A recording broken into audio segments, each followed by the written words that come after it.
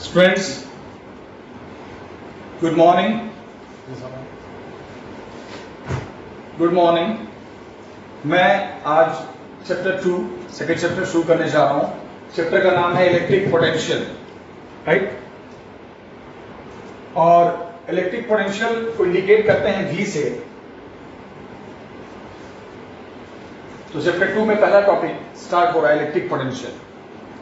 Electric potential के बारे में, जैसे इलेक्ट्रिक फील्ड इंटेंसिटी को हम E से करते थे, इलेक्ट्रिक पोटेंशियल को हम V से करते हैं।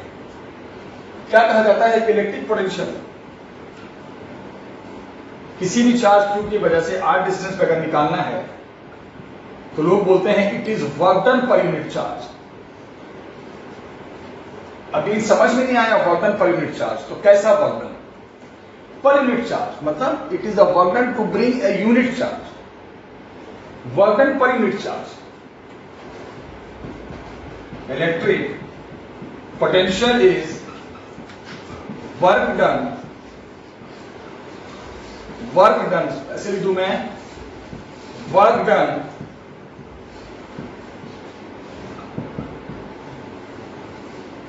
पर यूनिट चार्ज। मतलब और समझना है और समझाता हूं।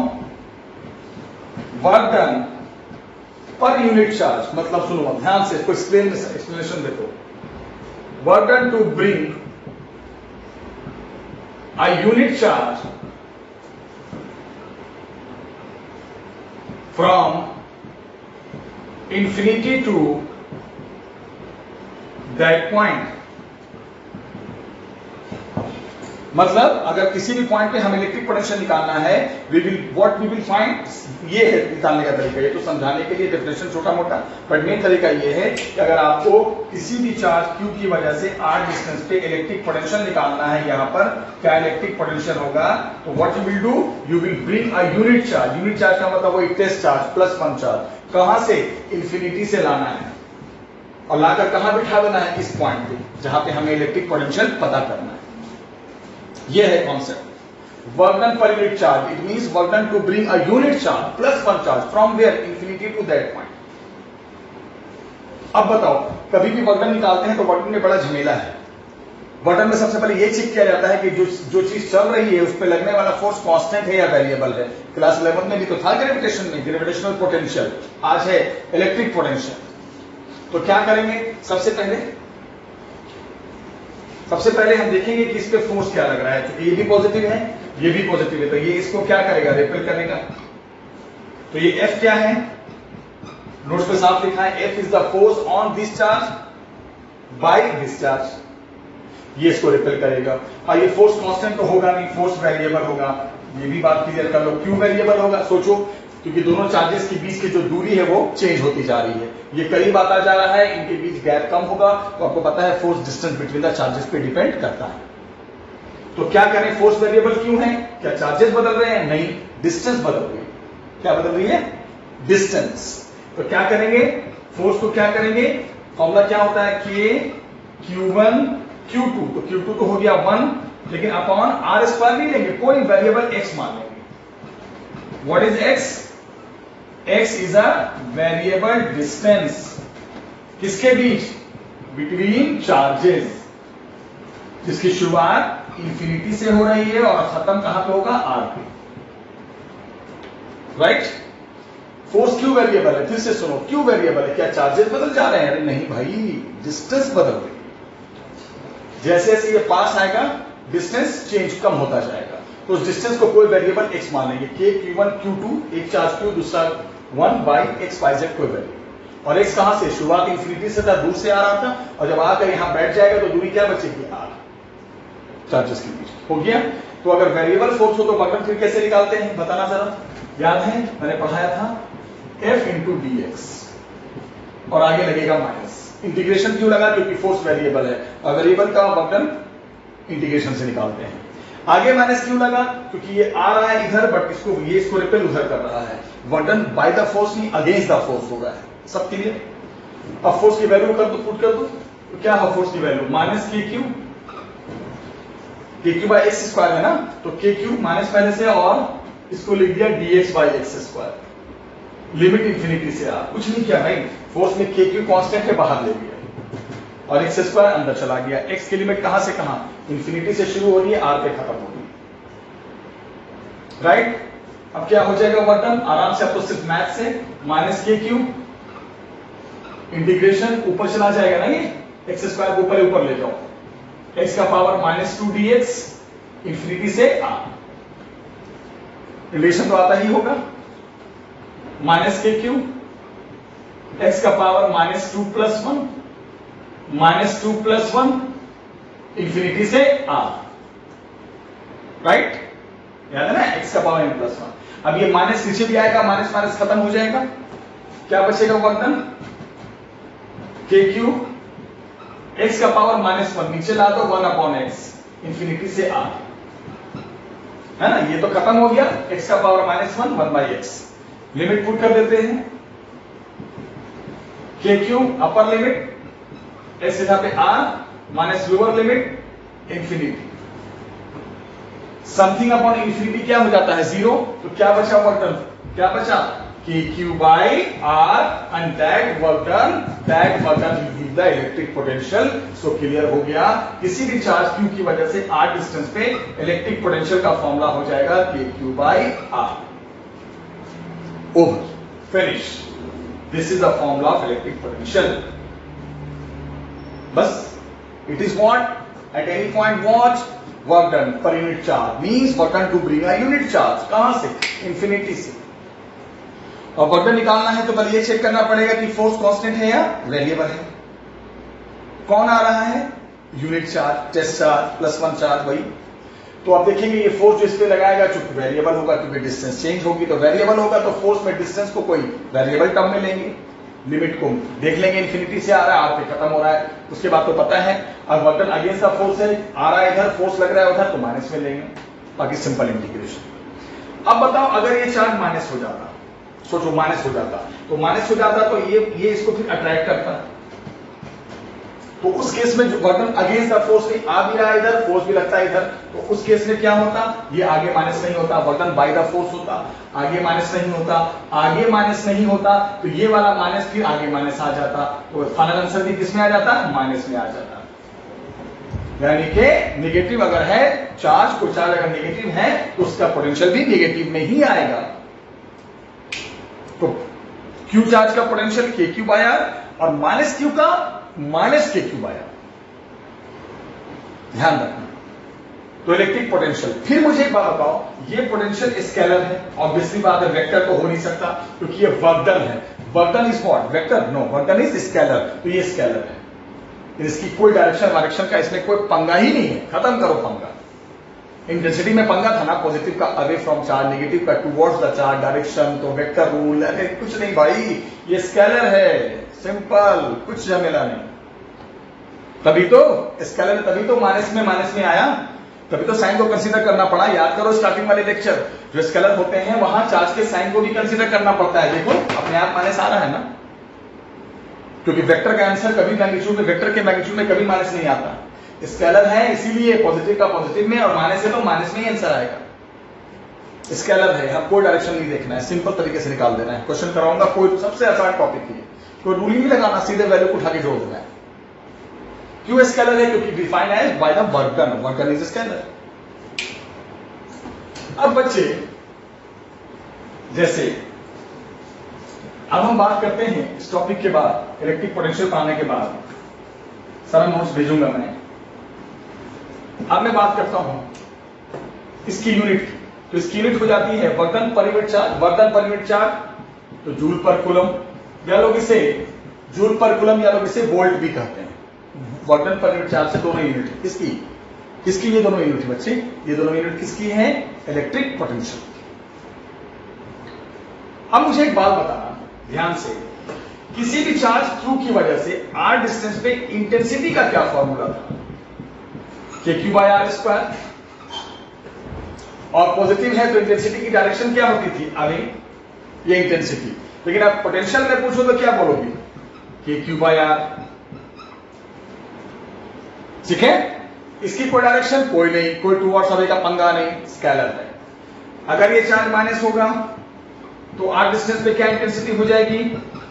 के Q by R square, negative है तो इंटेंसिटी यहां पे कहीं पर भी टुवर्ड्स द चार्ज। लेकिन इलेक्ट्रिक पोटेंशियल पूछूंगा तो K minus Q by R. मैंने कहा ना स्केलर है, पोटेंशियल तो माइनस का माइनस में ही आएगा, दिखाया भी था मैंने और देना भी, अब कोई डायरेक्शन वायरेक्शन नहीं। तो इंटेंसिटी और पोटेंशियल दोनों मैंने एक बार बता दिया। अब बच्चे मैं बताने जा रहा हूं रिलेशन, है ना, ये स्केलर ये वेक्टर। स्केलर में माइनस है तो माइनस को भी कंसीडर करना पड़ता है। याद है फ्लक्स भी तो स्केलर था ना, याद है माइनस था तो चार्ज का माइनस भी लेते थे। Relation between electric field intensity and electric potential. अब दोनों में रिलेशन बताऊंगा, आपस में रिलेशन, राइट।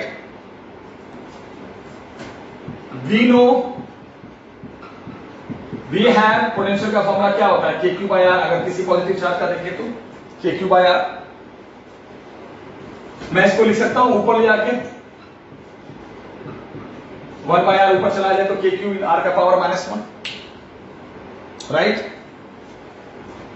अब डिफरेंशिएट कर दो वी बाय डी आर। क्या करो, पोटेंशियल को डिफरेंशिएट करो, किसके रेस्पेक्ट में, आर के रेस्पेक्ट में। तो क्या हो जाएगा, करो डिफरेंशिएट, के क्यू बाहर आ गया, करोगे कांस्टेंट है, डिफरेंशिएशन ऑफ क्या हो जाएगा, आर का power -1 with respect to D R. K Q बाहर आ गया ना, कांस्टेंट, के कांस्टेंट, चार्ज कांस्टेंट।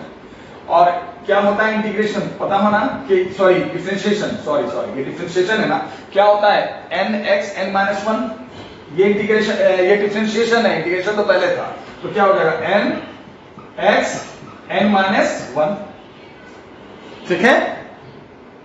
अब बताओ n r n-1, ये क्या हो गया -1 माइनस के क्यू। इसको लिख दोगे क्या, माइनस के क्यू, r का पावर कितना -2, ठीक है। अब r के पावर -2 को नीचे डाल दो तो माइनस के क्यू बाय कितना हो गया, r², राइट। और के क्यू बाय r² क्या हो जाता है बताओ, e, है ना। तो इसको लिख सकते हैं क्या, what we can write minus of e। देखो पहुंच गए v से e तक। So what we can say dv by dr is equal to minus of e, या ऐसे लिख सकते हैं, माइनस यहां डाल दो, E is equal to minus of dv by dr, right? When you will differentiate potential with respect to r position, you will get intensity. और मैं आपको बताऊं, किसी भी चीज का चेंज पोजीशन के रेस्पेक्ट में ग्रेडियंट कहलाता है, ग्रेडियंट। तो dv by dr को एक नाम से तुम बुला सकते हो, क्या, पोटेंशियल ग्रेडियंट। तो लोग ऐसे भी लिखते हैं कि electric field intensity is the negative value of potential gradient. किसी भी चीज का, ऊपर फोर्स होता, नीचे पोजीशन होता तो फोर्स ग्रेडियंट, ऊपर मास होता, नीचे पोजीशन होता, वही आर तो मास ग्रेडियंट। तो that was the relation between what, electric potential and electric field intensity. When you will differentiate potential with respect to position, you will get what, electric field intensity, right. क्या किया मैंने, v को लिखा, differentiate किया, आ गया। फर्क समझ में आ गया, स्केलर वेक्टर, इसकी डायरेक्शन बट पोटेंशियल की कोई डायरेक्शन। ठीक है बच्चे, मुझे उम्मीद है समझ में आ गया होगा रिलेशन।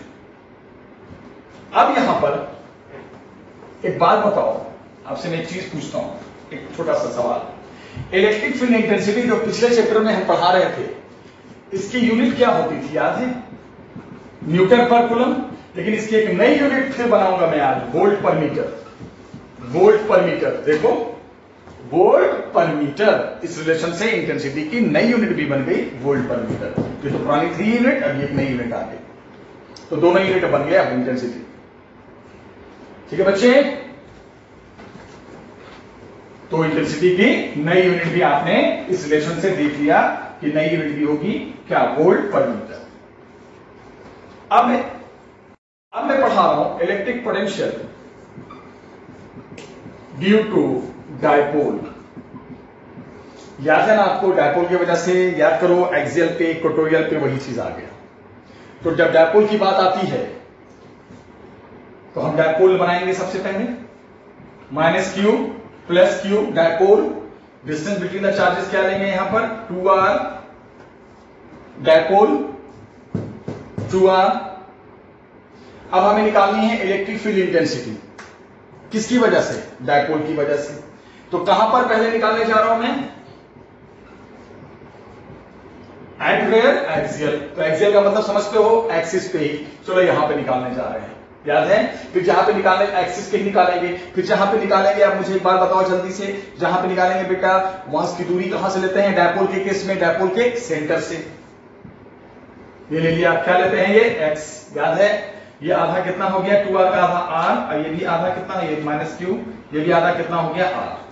वो तो पुराना कॉन्सेप्ट थोड़ी बदल जाएगा। जब डायपोल हो तो डायपोल के चलते आप इलेक्ट्रिक फील्ड इंटेंसिटी निकालो या इलेक्ट्रिक पोटेंशियल निकालो, चीजें तो वही रहेंगी, कॉन्सेप्ट तो वही रहेगा।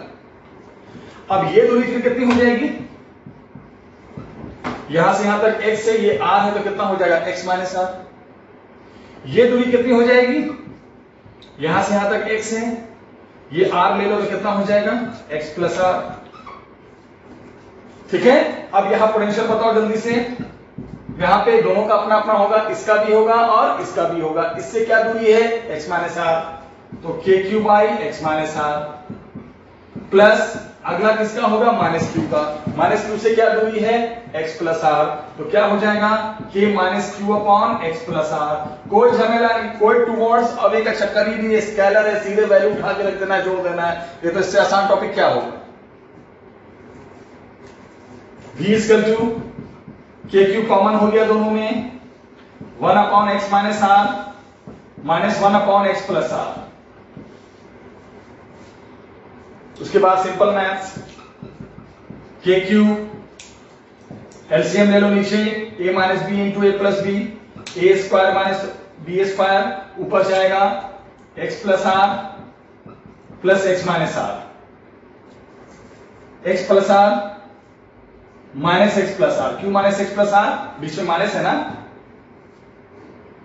क्या हो गया? X X cancel, v equal to K into Q into 2r, R R 2r upon X square minus R square, और क्यू इंटू 2r क्या हो जाता है? p, simple, K p upon X square minus R square. Yes, this is the electric potential where at the axial line। वही meaning, constant p dipole moment, एक centre से दूरी r, आधी distance, खत्म।